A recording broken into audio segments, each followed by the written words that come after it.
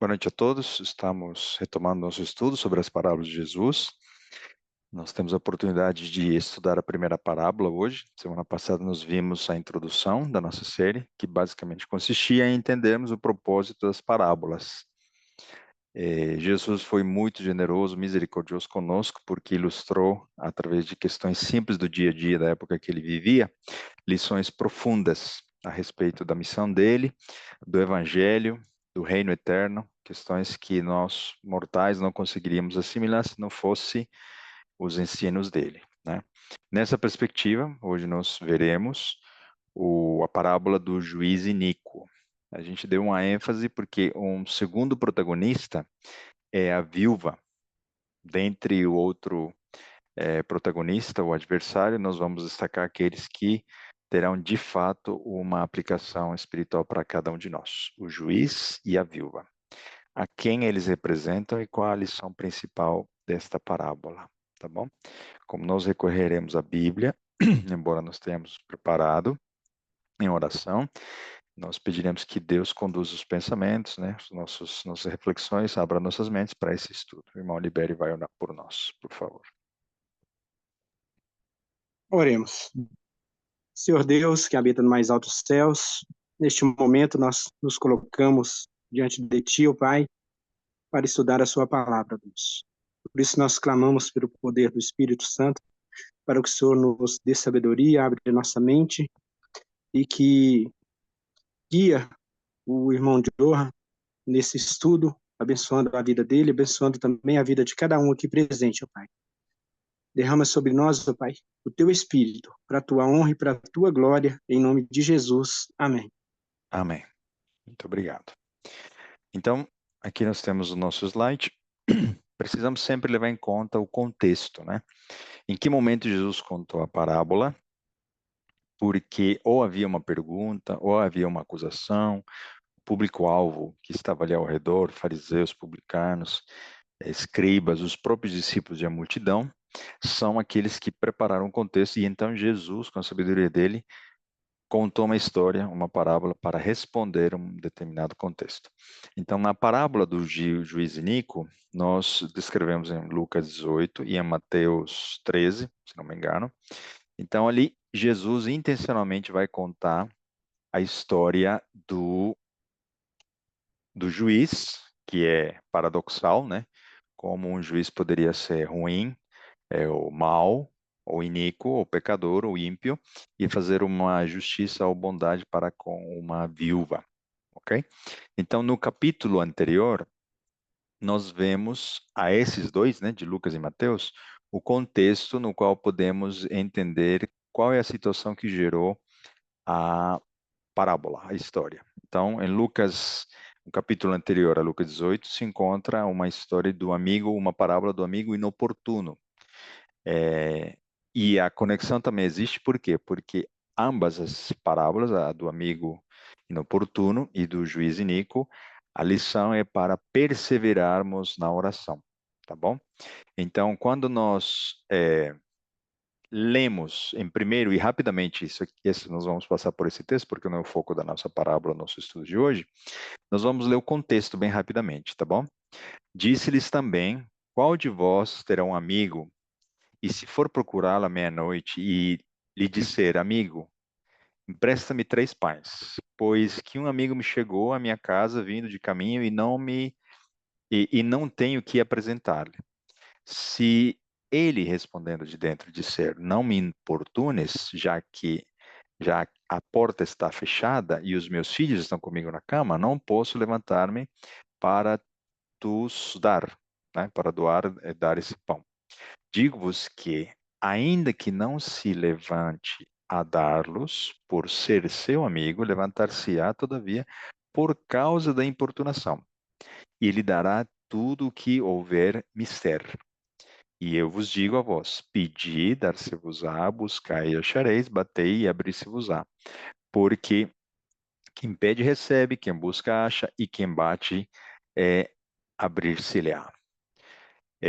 Nessa perspectiva, perceberam que há um amigo inoportuno, há uma viúva inoportuna que estão pedindo algo para um companheiro, amigo ou para um juiz, tá bom?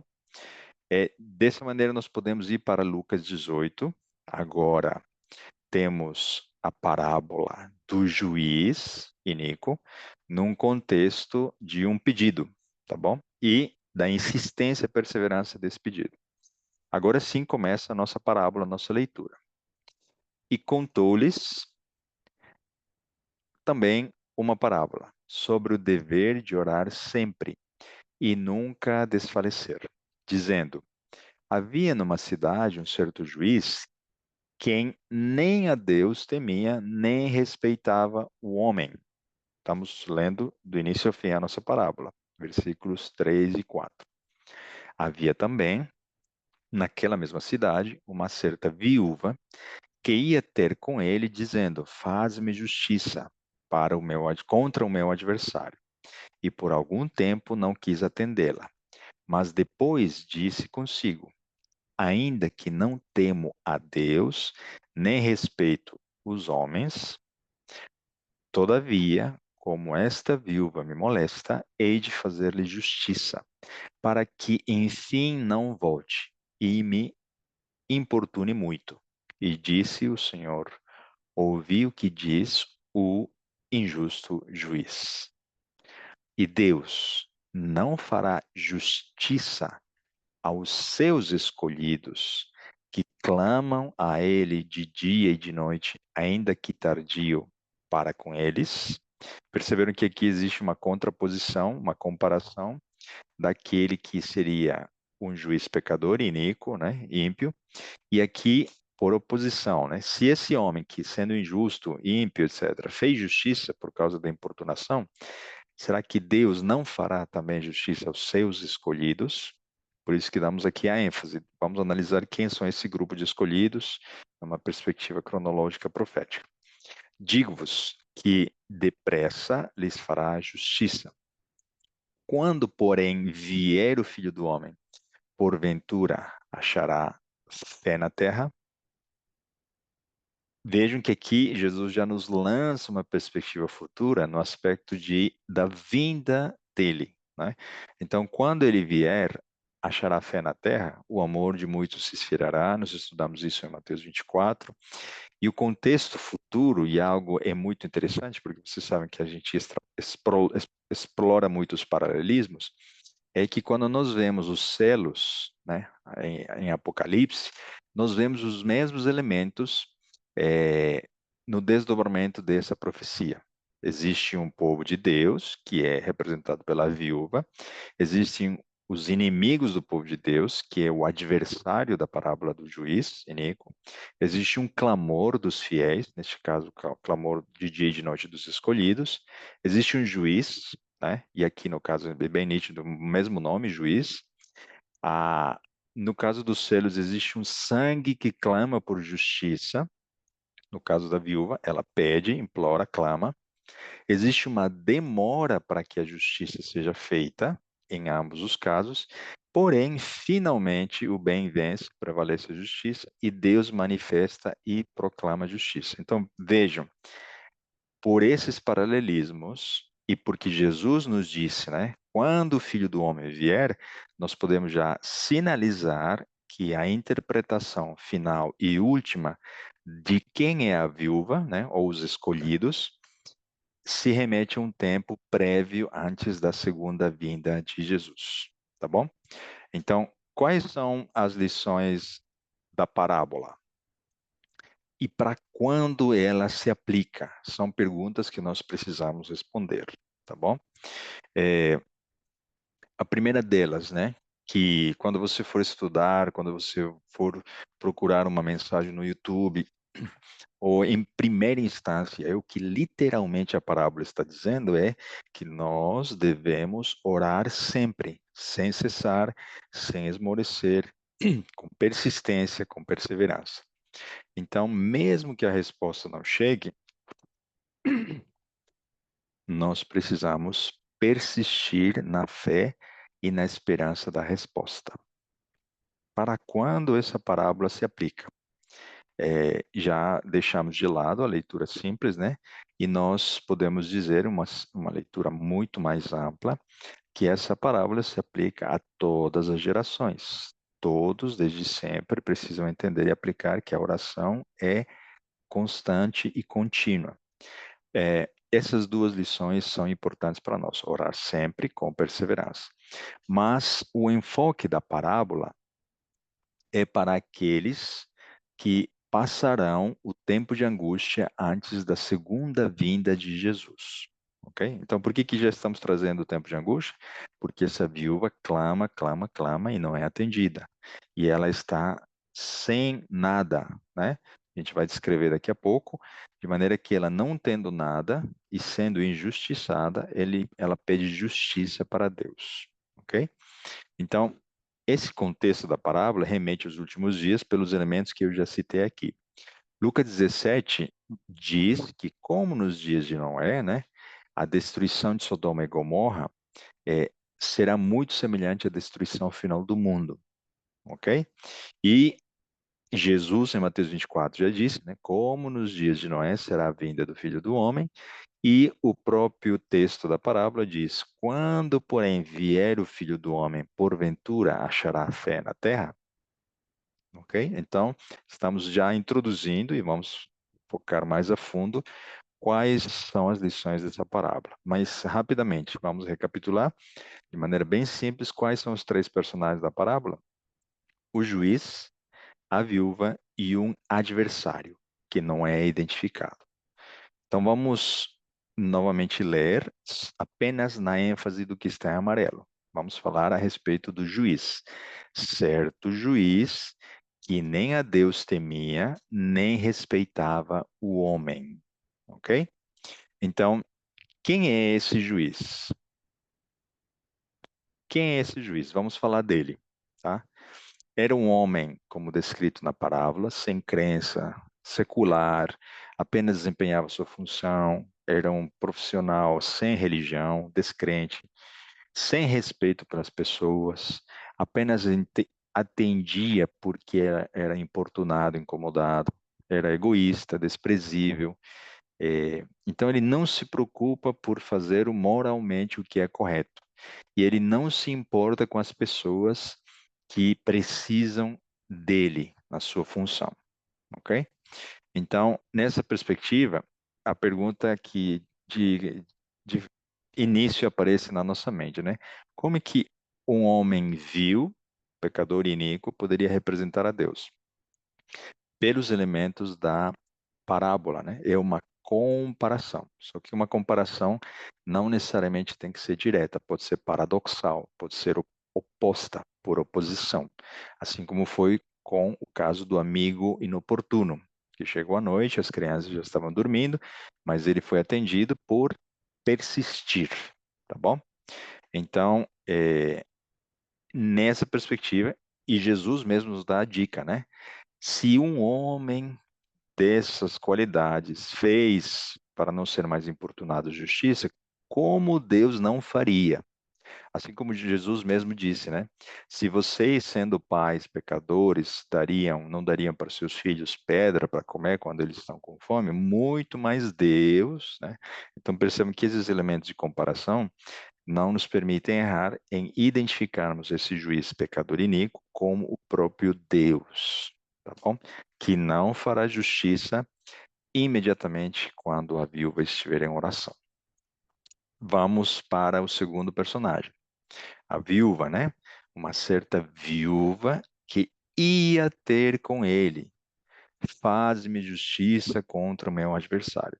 O tempo verbal é muito interessante, por quê? Porque o tempo não está no passado, não está no futuro, está sempre no presente. Então ela ia, pedia, pedia, faz-me justiça, faz-me justiça. Então, constantemente e continuamente ela pedia por justiça, ok? Então, quem é a viúva? Por conhecimento leigo, é alguém que perdeu o esposo, que morreu. Então, se sobreentende que não tinha filhos, não tinha bens, não tinha casa, não tinha amigos, nem dinheiro, estava totalmente desprovida, né? Sua única esperança era que o juiz lhe fizesse justiça. Então, não sabemos se era jovem, se era velha, se era rica, se era pobre. Não sabemos, pois esses detalhes não importam, tá bom? Porém, existe uma dica que o próprio Cristo dá, que ela foi injustiçada por um adversário.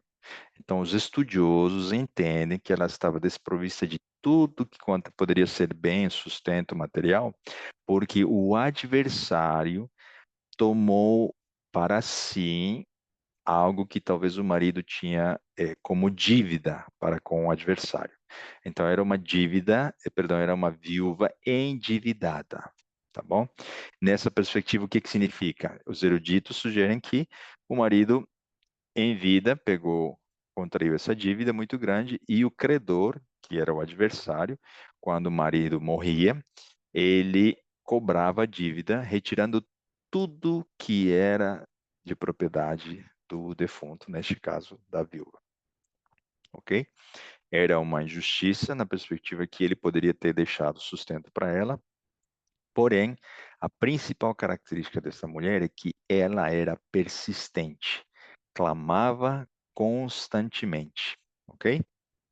A persistência da viúva é a atitude, a característica principal, não é a sua carência, a sua falta de bens, tá bom? Então ela ia ao juiz, esse verbo, nós já falamos, descreve a ação constante, ao ponto de incomodar, incomodar ao juiz, como o texto em amarelo destacado aqui diz, né? Esta viúva me molesta, hei de fazer justiça para que enfim não volte e me importune muito, ok? Então, finalmente, a viúva recebe justiça de tanto importunar, pedir, entrar na fila, cada dia, todo dia de novo. Então, de tanto clamar ao juiz, ele se incomodou e fez justiça. E por algum tempo, né, até fazer justiça, ele não quis atendê-la. E depois de uma longa espera, ela recebeu o que ela tanto pedia, justiça. Então a pergunta é, nós passamos rapidamente os elementos da parábola, né? Qual é o significado da parábola? Existem algumas parábolas, e esta não é o caso, onde Jesus não explicou o significado. A parábola do semeador, nós vamos estudar na semana que vem. Jesus conta a parábola e explica a parábola. Neste caso, ele não explica a parábola. Então, é, a parábola do tesouro escondido, a parábola de grande preço, é, é o caso que ela recebe explicação, tá bom? Então, nesse caso, ouvi o texto bíblico, voltamos a ele, avançando, né? Ouvi o que diz o injusto juiz, e Deus não fará aos seus escolhidos que clamam a ele de dia e de noite, ainda que tardio para com eles. Estou indo, agora saindo de Mateus, estou indo para Lucas, tá bom?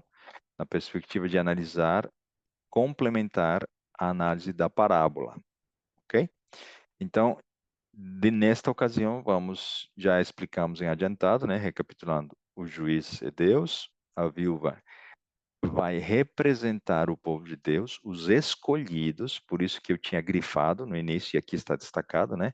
A palavra, os seus escolhidos, que em início não receberão justiça, clamarão, pedirão por justiça, e depois de muita demora, eles serão atendidos. E um adversário, o inimigo das almas, o acusador, o pai da mentira, Satanás, tá bom?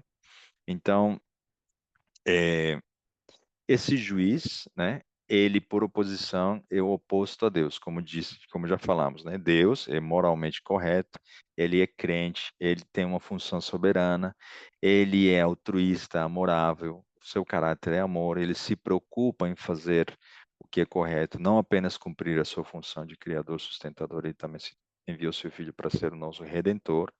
Então ele se importa conosco, não nos abandonou e enviou seu filho para morrer. Tudo que é oposto que aquele homem poderia representar, tá bom?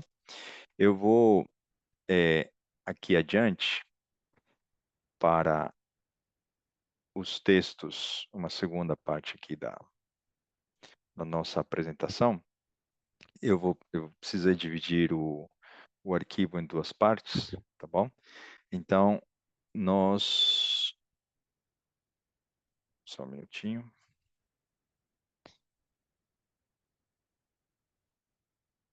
Nós vamos fazer a conexão com com Mateus 24 para entendermos em que momento da história ocorre esse pedido persistente por justiça, tá bom? Então, ao identificarmos a viúva como sendo os escolhidos, a gente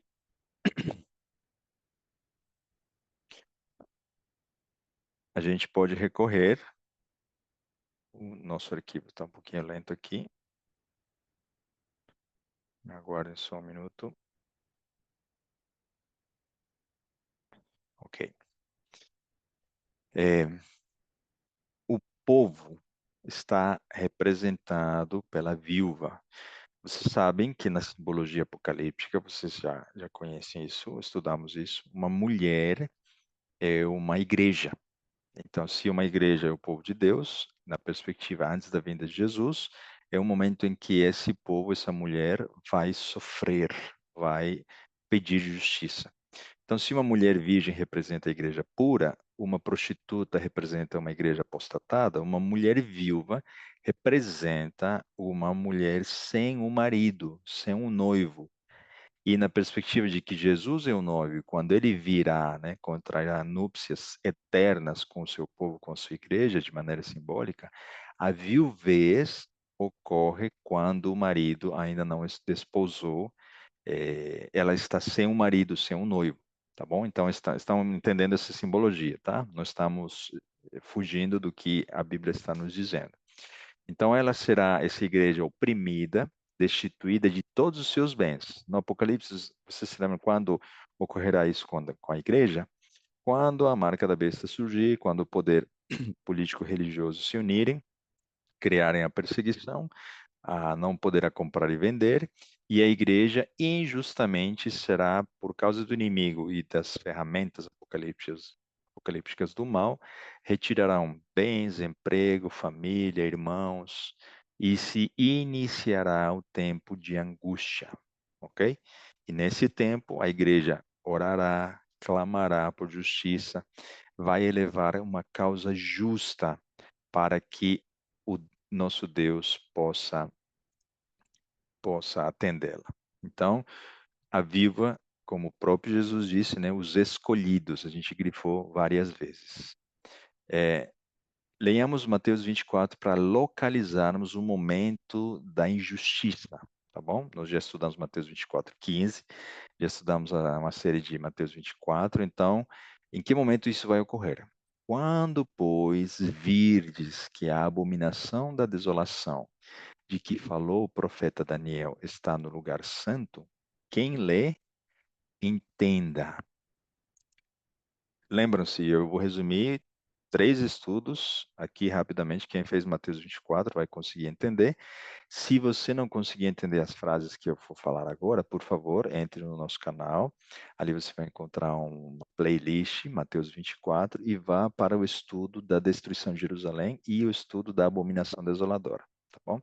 Então, numa primeira aplicação, a abominação desoladora foi causada por Roma, quando os estandartes romanos, o exército romano, cercou a cidade de Jerusalém, e num primeiro e num segundo sítio, o primeiro foi retirado, né? Ele se afastou por operação divina. Os que ouviram o sinal de Jesus, quando vocês forem ver a cidade sitiada, fujam da cidade, né? Para o campo. Os cristãos obedeceram, depois do primeiro cerco fugiram, vem o segundo cerco final, devastador, que acabou com as pessoas e a cidade de Jerusalém, é a primeira aplicação da abominação desoladora. Roma envolvida, estandartes idolátricos, os romanos se ajoelhavam diante dos estandartes e eles faziam um culto idolátrico, né, ao deus Mitra, e numa segunda aplicação futura, no final da série de Mateus 24, nós vimos que o Israel futuro será cercado 2 vezes. Um primeiro cerco contra, é, criando um ambiente de perseguição para todos aqueles que não guardarem o dia do sol. Nos estandartes romanos da primeira aplicação, havia águias, né? E o sol. Na segunda e final aplicação, as águias representam os Estados Unidos, que, unindo-se com o papado, promulgará uma imagem de adoração do falso dia de adoração, que é o dia do sol, o Sunday, o domingo. Então, num primeiro momento, é uma obrigação para guardar o domingo. E num segundo momento, no segundo cerco fatal e de perseguição, será um decreto de morte. Ok? Tudo se conecta, tudo se espelha, tudo é um tipo e um antítipo. Vocês podem estudar, vocês podem confirmar tudo isso que eu estou falando com os textos, com comprovações, com Apocalipse, Mateus, tudo conectado, tá bom? Então, os escolhidos, na perspectiva cronológica correta da parábola, são o grupo, são a igreja, que será cercado pelas duas leis, a lei dominical e o decreto de morte, tá bom? Então, em que momento eles viverão? No momento em que eles não estarão com o marido, estarão numa condição de viuvez, tá bom? Vejam, Mateus 24:19 diz, né? O próprio Cristo. Mas ai das grávidas e das que amamentarem naqueles dias, e orai, ou seja, o próprio Cristo está fazendo uma conexão, né? Os escolhidos vão orar, orar e orar. E aqueles dias, como diz Daniel 12, nunca houve um tempo de angústia como haverá no futuro. Porque haverá, então, grande aflição, como nunca houve desde o princípio do mundo até agora, nem tampouco há de haver. E se aqueles dias não fossem abreviados, nenhuma carne se salvaria, mas por causa dos escolhidos serão abreviados aqueles dias. Você se lembra a condição da viúva? E agora extrapolando para o futuro. Não poderá comprar e vender, seus bens serão confiscados, perderão o emprego, não terão seu sustento, os seus bens serão deletados no sistema, né? E estarão apenas dependentes de Deus por um período onde eles clamarão por justiça e a justiça demorará. E nós vamos entender o propósito, isso também é muito importante. Porque surgirão falsos cristos e falsos profetas e farão tão grandes sinais e prodígios que, se possível fora, enganariam até os escolhidos. Perceberam que a palavra escolhidos aparece em Mateus 24 e na parábola do juiz Inico, tá bom? Então, esse povo terá a mesma condição da viúva, certo? Sem nada. Perderão tudo. Eles apenas estarão clamando por justiça. Quem é o adversário? Pelo nosso tempo, tá indo rápido, né? Precisamos identificá-lo. É um pouco lógica a questão. Vem a palavra adversário do grego, né? Antidikon. Então, em 1 Pedro 5:8, identifica a Satanás como aquele adversário, como um leão que ruge, que está buscando os cristãos, os filhos de Deus, para devorá-los, né? Então, Satanás vai deixar a igreja de Deus dos últimos dias sem bens, sem família, sem liberdade. A exemplo do que Jó passaria, tá bom? Nós vamos falar dele daqui a pouco. Ele tirará de nós tudo que era nosso injustamente. E em Apocalipse 12, novamente nossa série de Apocalipse, a mulher será perseguida numa aplicação final, quando a marca da besta surgir e o dragão que dá poder para essa união ilícita entre a besta que surge da terra e a besta que surge do mar, né? Quem apadrinha esses dois poderes é o dragão. Então, quem em última instância estará perseguindo o grupo, né, que representa a igreja, será Satanás, tá bom? Sede sóbrios, como diz 1 Pedro 5:8, né? Vigiai, porque o diabo, quem é o diabo? Como a parábola diz, nosso adversário. Anda em derredor, bramando como leão, buscando a quem possa tragar. Então, apenas pelas mesmas palavras, né? Nós podemos fazer o cruzamento dos textos bíblicos e entendermos que nossa análise está indo na perspectiva correta. Então, essa viúva, ela clama de dia e de noite. Ela representa a igreja dos últimos dias, que passarão por um período de angústia, qual nunca houve até então. E vocês já estudaram comigo, né? O fogo purifica o ouro. A provação é necessária para que nós, de fato, enxerguemos no nosso coração enganoso qual é a verdadeira motivação que nos permite ter a esperança de estar lá no céu. Os bens, o conforto, a vida eterna, os animais belos, o plano restaurado, viajar para outros mundos, estudar ciência, encontrar com os anjos, falar com Pedro, com Abraão, ou tudo isso é bom, porém pode ser uma motivação equivocada. A verdadeira motivação é estar com Cristo para todo sempre, porque Ele me amou primeiro, me criou, me resgatou e entregou tudo para me salvar, né? Então, como podemos demonstrar que a nossa verdadeira motivação é a correta? Através do fogo, da pressão, da angústia, da provação. Então, a palavra clamar na parábola que nós estudamos, do amigo inoportuno, da viúva inoportuna, né, se refere à intensidade do pedido. Essa palavra clamar aparece 3 vezes no Novo Testamento. Se não me engano, são 4. Então, o clamor significa um pedido clamoroso, intenso, doloroso. Em Atos 7, 8, 7 diz, né? Espíritos imundos saíam de muitos que os tinham e eles clamavam em alta voz. Nesse caso, eles clamavam e imploravam porque eles tinham medo daquele que estava realizando o milagre, né? Expulsando os demônios.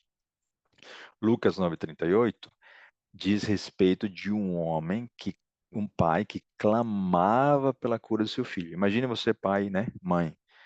O que que você faria pelo seu filho? Esse homem indica de que o pedido é intenso, com sofrimento, né, embutido. Mateus 27:46 afirma que Jesus clamou com grande voz, né? Meu Deus, por que me abandonaste? Então vejam que o grande conflito na página 619, Ellen White vai nos ajudar a entender o seguinte: embora sofram ansiedade, o terror e a angústia mais desesperadores, não deixam de orar, lançam mão do poder de Deus como Jacó segurou o anjo e de suas almas saiu grito: não te soltarei se tu não me abençoares. A viúva importunou, importunou até conseguir justiça. Jacó implorou, lutou, pediu, foi ferido até que ele fosse abençoado.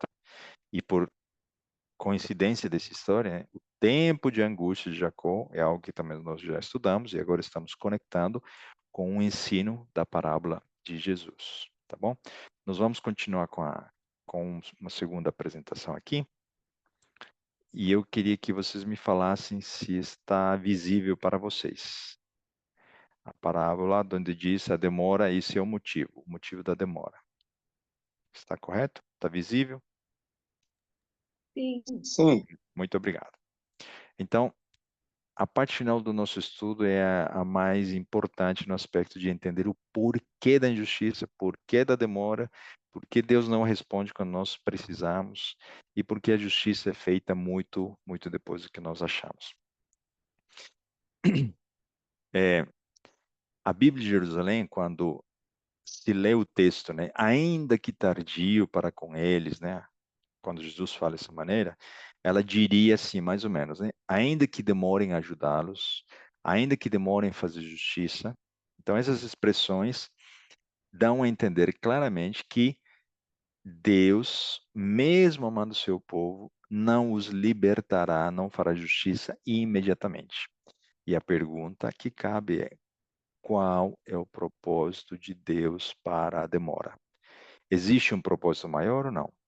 E vocês sabem, né, que quando Deus faz algo, fica em silêncio, faz ou deixa de fazer algo, é porque existe um propósito maior. E na sua misericórdia nós podemos entender isso hoje, tá bom? Então, um dos motivos, vamos tentar resumir rapidamente os motivos aqui. É a purificação, nós havíamos citado aqui. Mas alguém vai falar assim, mas quando se inicia o tempo de angústia, não foi fechada a porta da graça? Não existe agora mais oportunidade para ser salvo, para se entregar, se arrepender? Correto. Porém, na perspectiva do salvo, a purificação ainda, entendo, deveria ser terminada no aspecto do desejo intenso por justiça, por receber algo que Jesus prometeu. A salvação está garantida, porém nenhum salvo terá a certeza da salvação naquele tempo, porque a principal angústia dele será que eu fui perdoado? Os meus pecados foram perdoados? Houve tempo para mim, né? Então, essa é uma angústia interna. Então, nenhum salvo dirá, baterá no peito, eu estou salvo, já fiz isso, já fiz aquilo, estou pronto, né? Deveria ser arrebatado, ou palavras desse tipo. Obviamente que isso não vai ocorrer, porque aqueles que serão perseguidos não se sentirão salvos, se sentirão pecadores mais do que qualquer outro, e serão purificados por esse momento de angústia, tá bom? Então, Enoque, em vida, conseguiu ser purificado porque ele demonstrou fé, né? E Deus o levou vivo. Da mesma maneira, a geração final, ela vai estar tão perto de Deus que eles verão a Jesus sem conhecer a morte. Eu sei que vocês já me ouviram falar isso, e eu já falei isso em circunstâncias favoráveis. Quando nós estamos bem, é muito difícil sentir a presença de Deus. A gente sente porque as bênçãos estão aí, a gente agradece, a gente louva a Deus. Mas quando nós sofremos, nós podemos ter certeza de que Deus estava ao lado nosso pela fé e porque Ele se manifesta de maneira misericordiosa. E você sabe que eu passei recentemente por um momento muito intenso de sofrimento. E eu pude agora vivenciar na pele que Deus foi muito bom conosco, da maneira como Ele permitiu que os eventos acontecessem, né? Então, a gente já tem como se fosse um tempo de angústia prévio. Lembra que a gente falou sobre um urso, um leão que a gente vai enfrentar antes da gente enfrentar o gigante? Então, estamos pandemia, guerras, fome, né? Crise econômica, do que vier é um tempo de angústia prévia. Porém, o final, o verdadeiro, mais terrível, e não se preocupe se você estará ou não preparado. Isso é com a graça de Deus, e você estará, porque a graça dele é suficiente para todos nós. Então, não se preocupe com o preparo. Nenhum de nós estará preparado. Porém, ele vai nos sustentar, né? Então, Jó, e aí vamos usar o exemplo dele, capítulo 23, 10, diz: Porém ele, se referindo a Deus, sabe o meu caminho, provando-me ele, sairei como o ouro. Você se lembra quando Jó disse: Eu achava que conhecia Deus, mas agora eu ouvi face a face. Jó conversou com Deus no pior momento da vida e da existência dele. E ele ainda depois disse, né? Ainda que eu morra, não deixarei de confiar nele. É lógico que, estando as coisas bem, é muito fácil dizer, eu amo a Deus, louvo a Deus. Mas quando as coisas estiverem difíceis, teremos as mesmas palavras, só que com lágrimas, com pedido, com desejo de justiça, falaremos a mesma coisa. Ainda que eu perca tudo, ainda que eu perca emprego, família, eu ainda acreditarei nele. Ainda que ele permaneça em silêncio, eu sei que ele está me ouvindo, está ao meu lado. E ele vai cumprir certamente as suas promessas. Isaías 48:10 diz: Eis que já te purifiquei, mas não como a prata. Escolhi-te na fornalha da aflição.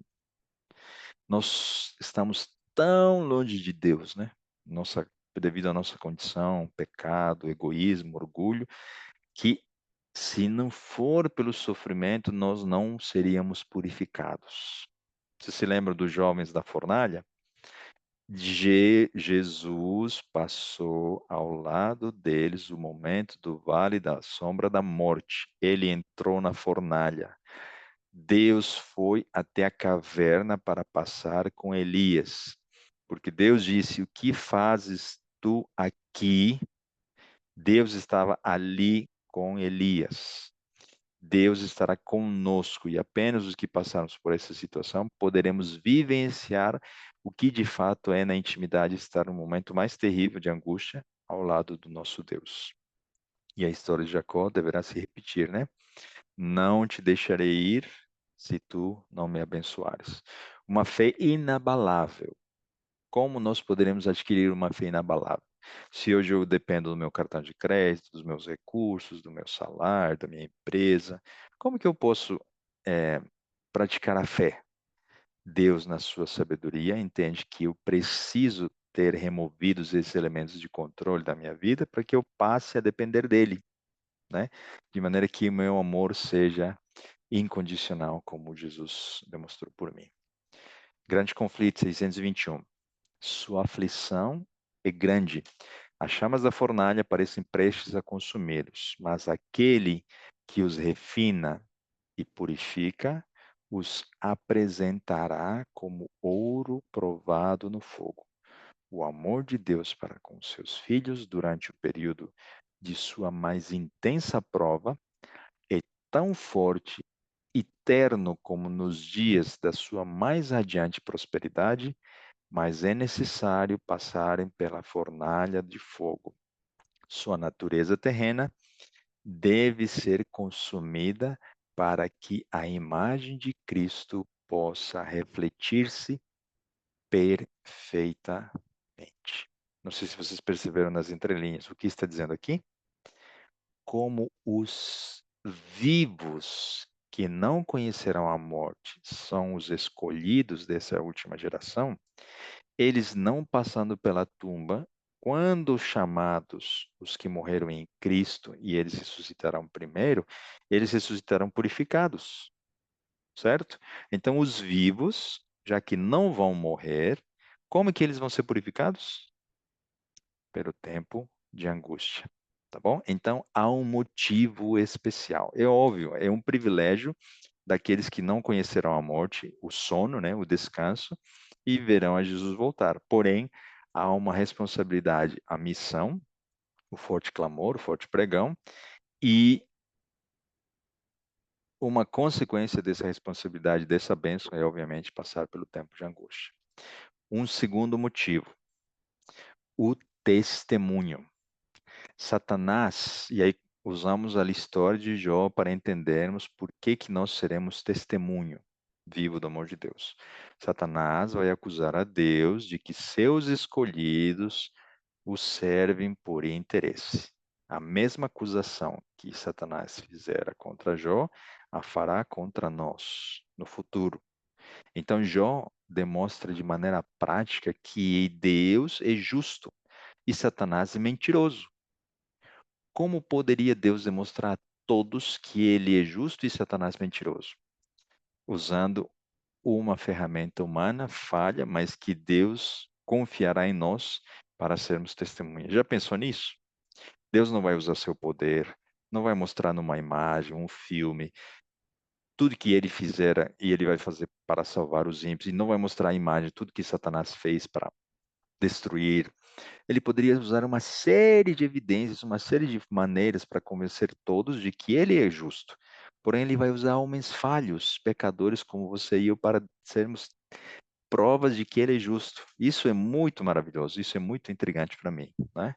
Então, os escolhidos serão testemunhas perante o universo inteiro que Deus é justo. E eles não servem a Deus pelas bênçãos. E é interessante que se nós não entendermos o primeiro livro da Bíblia escrito, né, o primeiro, que é o caso de Jó, nós não podemos entender a Bíblia. Não sei se você ou- ouviu algo parecido ou está analisando a Bíblia nessa perspectiva. Se nós não entendemos a história de Jó, provavelmente não entenderemos o restante da Bíblia.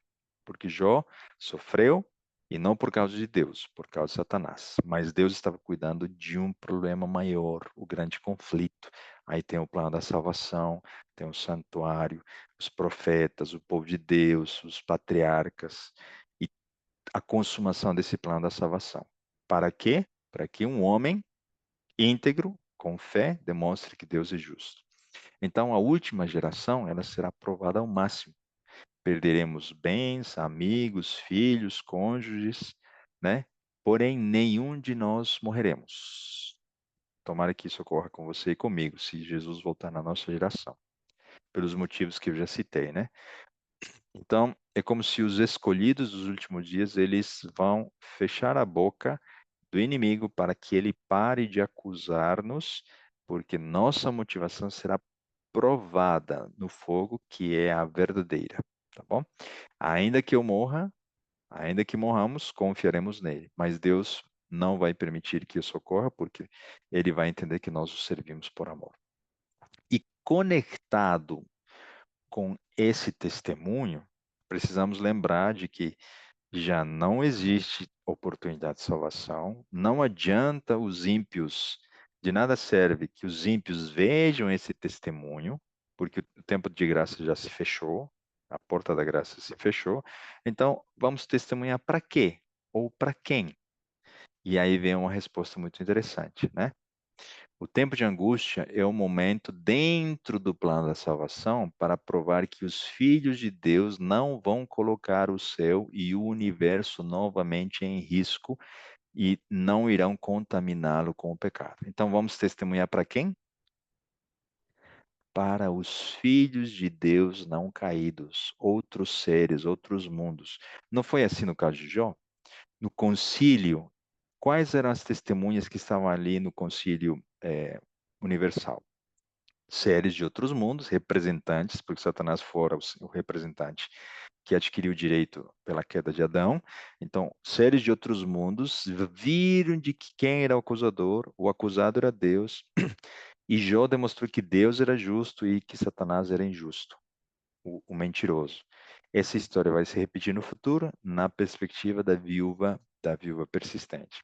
Então, os filhos de Deus estarão no céu, não pelas bênçãos e benefícios do céu, e sim pela presença ao lado do nosso querido Salvador e a fidelidade demonstrada, né, para com Ele num tempo de terrível angústia e sofrimento.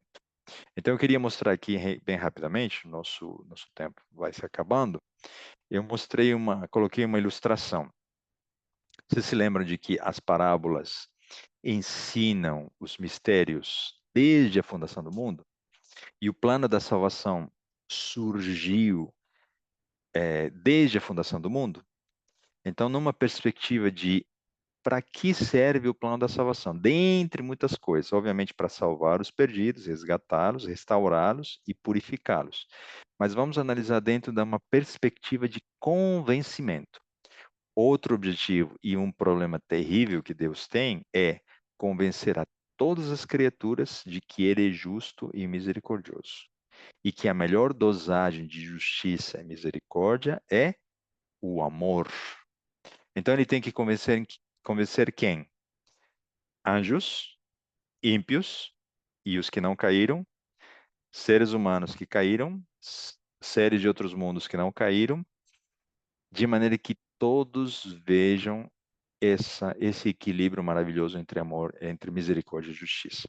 Então, quando Deus colocou a árvore, nós estudamos, né, na nossa série, as histórias, as profecias das histórias, quando Deus colocou uma árvore, concedeu o maior dom depois de Cristo, o dom da liberdade. E por causa desse dom, o próprio Filho de Deus teve que vir e pagar o preço da nossa escolha errada, certo? Então, o dom da liberdade, e ele convenceu quem? Todos os anjos de que todo ser tinha que ter uma segunda possibilidade, mesmo para rejeitar a Deus, correto? Então, todos, anjos, humanos e outros seres, foram convencidos de que Deus não nos criou robôs, nos deu a liberdade, correto? Início de um plano da salvação na perspectiva de nos conceder possibilidade de amá-lo, porque não existe amor se não existe liberdade. pagou o preço, Jesus veio a este mundo na plenitude dos tempos, ele morreu na cruz do Calvário, e aqui nós vemos que ele nos concedeu a salvação e nos deu o dom de sermos libertos da culpa. Ellen White diz, né, de tempos em tempos a gente afirma isso, para esclarecer um pouco do plano da salvação, de que os anjos foram convencidos, finalmente, os anjos não caídos, que Deus foi injustamente acusado. Então agora nós temos que apenas humanos e seres de outros mundos ainda para serem convencidos de que Deus é justo e misericordioso. Chegará o tempo da angústia de Jacó, o tempo da nossa viuvez, onde nós precisaremos passar por quê? Por uma transformação em vida. E ali nós receberemos, né, nós seremos testemunhas da nossa motivação. E qual será o grupo que será convencido ali? Os seres de outros mundos, porque nós, seres humanos, já estaremos convencidos de que Jesus nos amou, nos criou, nos salvou, e mesmo em tempo de angústia nós queremos continuar ao lado dele.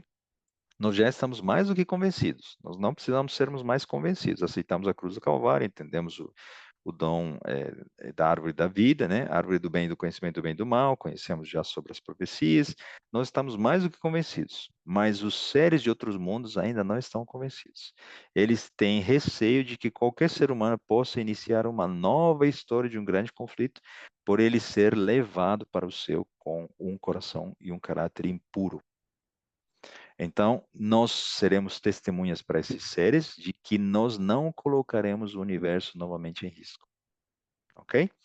E, finalmente, depois do milênio, quando Jesus voltar com a Nova Jerusalém, junto com todos os justos, ocorrerá a purificação final do universo, né? A restauração do plano da salvação.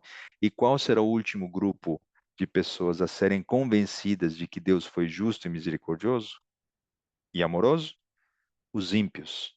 Como num filme, né? Eles verão todas as oportunidades rejeitadas e eles serão convencidos de que Deus foi fiel e oportuno com eles. Que maravilhoso, entendemos que Deus está cuidando de tudo, do convencimento, da salvação, da purificação, do pagamento da culpa, do preço do pecado, de tudo no tempo oportuno, na plenitude de cada um desses eventos vai ocorrer. Por isso, nós temos, de maneira fria falando, não temos por que temer do tempo de angústia. Ele tem a sua função, tem o motivo, e se deverá acontecer conosco, ele sabe que nós estaremos preparados pela sua graça apenas. Porém, ele sabe que alguns filhos de Deus não poderão suportar e por isso já chamou ao descanso alguns deles. E creio que vocês também perceberam como alguns dos filhos de Deus estão sendo chamados ao descanso. E cremos que será assim, né? Então, como foi no passado? Jó clamou, injustamente foi acusado pelos seus amigos, o inimigo apontou o dedo e ele representa a viúva. O juiz iníquo é representado por Deus e Satanás é o adversário. Os três protagonistas da parábola aparecem na história de Jó. Ele clamou, pediu por justiça, queria saber por que, se ele tinha pecado, se não tinha pecado, por que estava. E a única resposta que Deus deu para ele foi qual? Silêncio, demora, né? Como foi no caso de Jacó.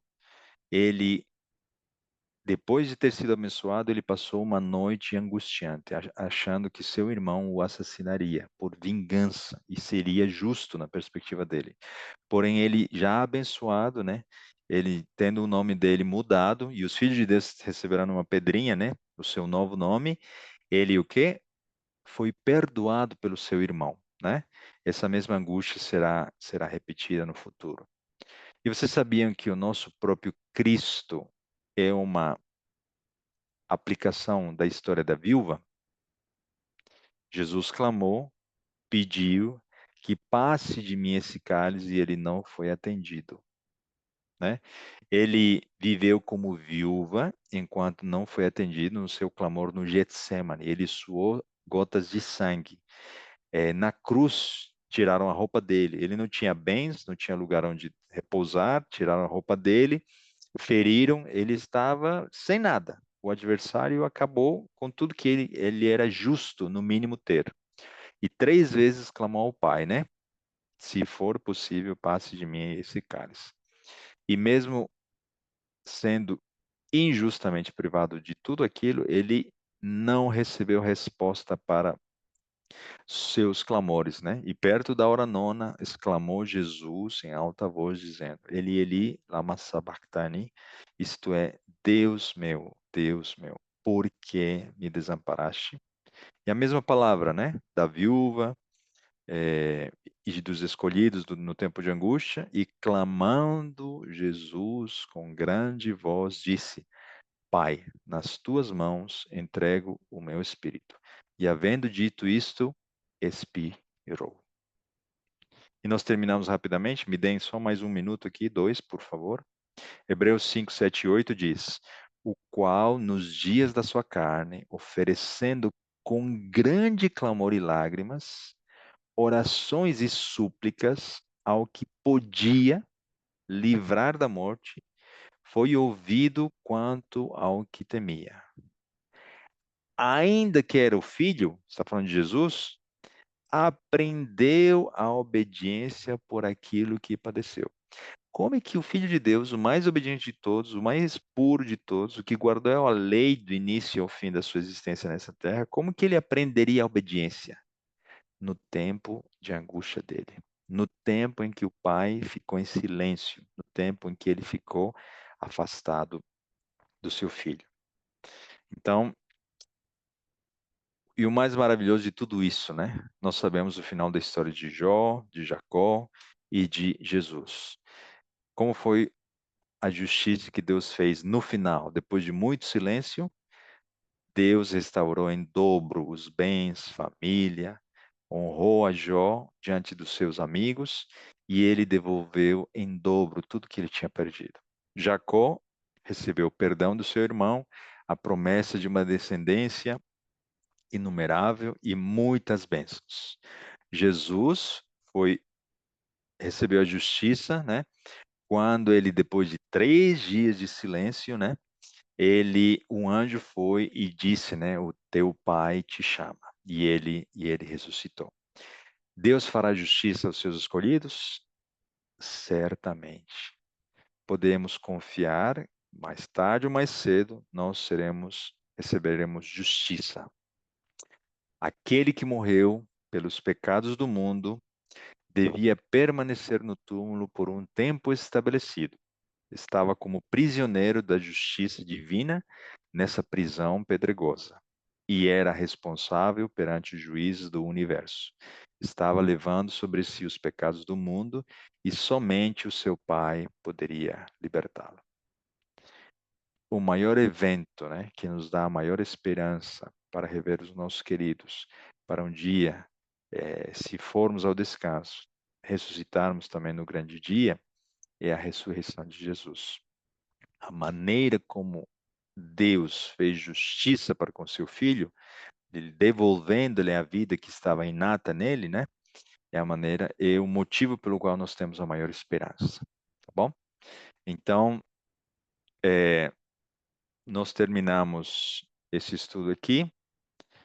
Eu só vou passar isso aqui um pouquinho antes, um pouquinho rápido, tá? Desculpem pelo tempo. E terminamos aqui com um chamado para que nós possamos entregar nossa vida a Deus em tempo de bonança, em tempo de angústia prévio, em tempo de dificuldade, em tempo de luto, de provação, de carência, de incerteza. Acredite, você e eu somos um Jó. Estamos repetindo a história de Jó. Qual será a sentença para nós? Seremos encontrados filhos fiéis? Seremos achados justos? Louvemos ao Senhor, porque mesmo em tempos de dificuldades, Ele está ao nosso lado e Ele nos purifica. E que Ele preserve esse desejo por estudar a Sua palavra e que quando vier o gigante, o tempo de angústia, certamente abraçados, segurados, persistindo em abraçar, né, a graça maravilhosa de Deus, nós receberemos justiça. E o que é 80 anos de sofrimento, doença, câncer, luto, diante de todas as promessas de Deus cumpridas pela eternidade. Não é nada. Que Deus nos abençoe. Oremos. Santo Deus, nosso querido e bom Pai, Senhor, te agradecemos pela oportunidade desse estudo. Entregamos, Senhor, nossa vida nas tuas mãos, pedimos perdão pelos nossos pecados, sabemos que estamos longe de ti em natureza, em pensamento, e por isso que o Senhor permite que o sofrimento chegue até nós, para que sejamos purificados. Que mesmo não estando sentindo deste momento esse tempo de angústia terrível, porque na perspectiva bíblica ainda não ocorreu, ainda está no futuro, Senhor, agradecemos pelos tempos difíceis que passamos, porque o Senhor tem um propósito maior para as nossas vidas. Agradecemos pela tua palavra, pela mensagem que nos prepara para quando essas coisas ocorrerem, tenhamos a confiança de que o Senhor nos fará justiça. Obrigado pelas promessas da vida eterna. Queremos apenas ter a motivação correta de, chegando nas mansões celestiais, possamos abraçar o nosso querido Salvador por tudo que ele fez por nós. São bênçãos que nós pedimos e agradecemos. Em nome de Jesus. Amém.